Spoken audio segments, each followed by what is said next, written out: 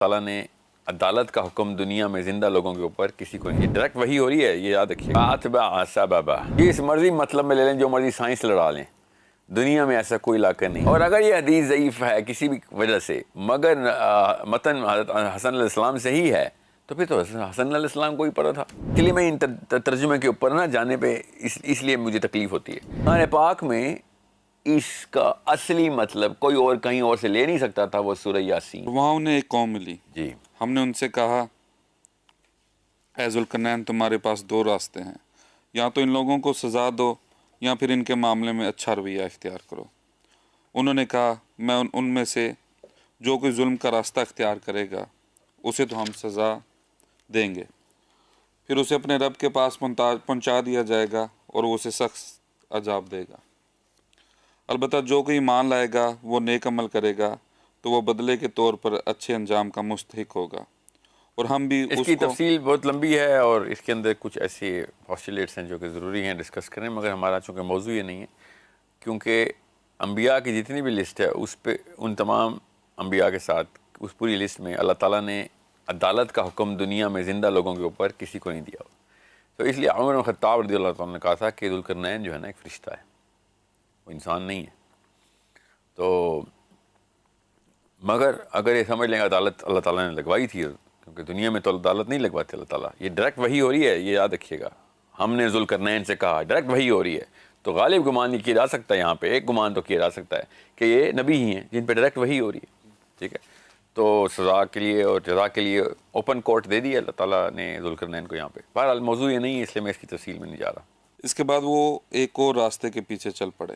فاتبع سببا, سببا راستے پہ, وسائل پہ نہیں. یہاں تک کہ جب وہ سورج کے طلوع ہونے کی جگہ پہنچے تو انہوں نے دیکھا کہ وہ ایک ایسی قوم پر طلوع ہو رہا ہے جسے ہم نے اس کی دھوپ سے بچنے کے لیے کوئی اوٹ مہیا نہیں کی تھی. جی, اب یہ اس دنیا میں انہوں نے زبردستی فٹ کرنا ہے ایسا علاقہ جہاں پہ سورج سے بچنے کا کوئی انتظام نہیں ہے. جی, اس مرضی مطلب میں لے لیں, جو مرضی سائنس لڑا لیں, دنیا میں ایسا کوئی علاقہ نہیں ہے کہ جہاں پہ ایک قوم کو سورج سے پروٹیکشن نہیں ہے.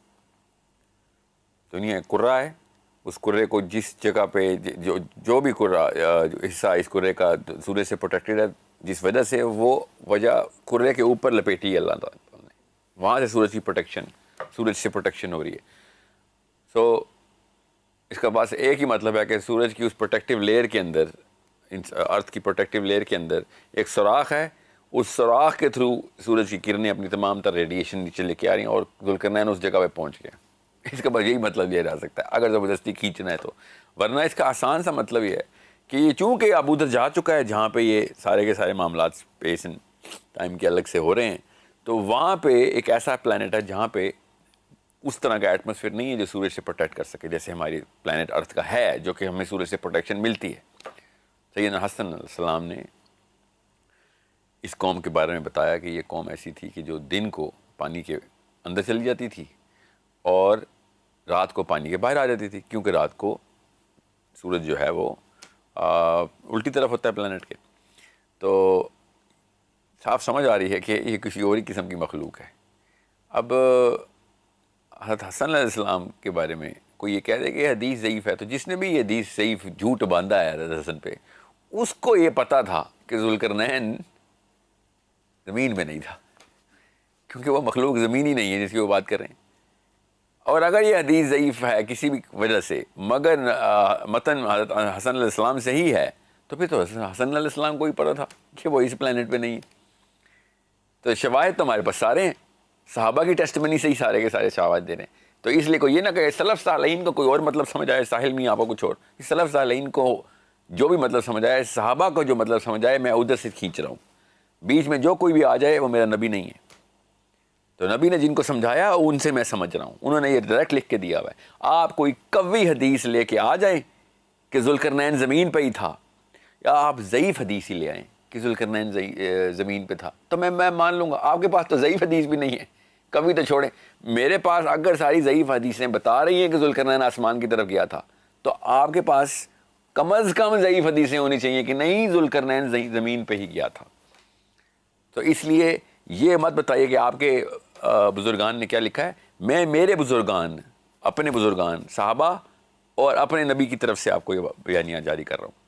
سو آپ نے کاؤنٹر کرنا ہے تو اسی انسٹرومنٹ کے اوپر کاؤنٹر کریں, اسی وزن کی کوئی دلیل لے کے آئیں, اپنے کسی بزرگ کے اقوال نہ لے کے آئیں کہ انہوں نے کیا سمجھا. واقعہ اس طرح ہوا اور ذوالقرنین کے پاس جو کچھ ساز و سامان تھا ہمیں اس کی پوری خبر تھی. جی ہاں, اب اس آیت کے اوپر میں آپ تفصیل میں ابھی نہیں جا رہا ہوں, کیونکہ اس آیت کا بہت بڑا مطلب ہے ادھر اللہ تعالیٰ نے کس طریقے سے بتایا. یہ نوح علیہ السلام کے بارے میں اللہ تعالیٰ نے اس طرح کی ایک آیت ارشاد فرمائی ہوئی ہے قرآن میں کہ جب وہ کشتی بنا رہے تھے.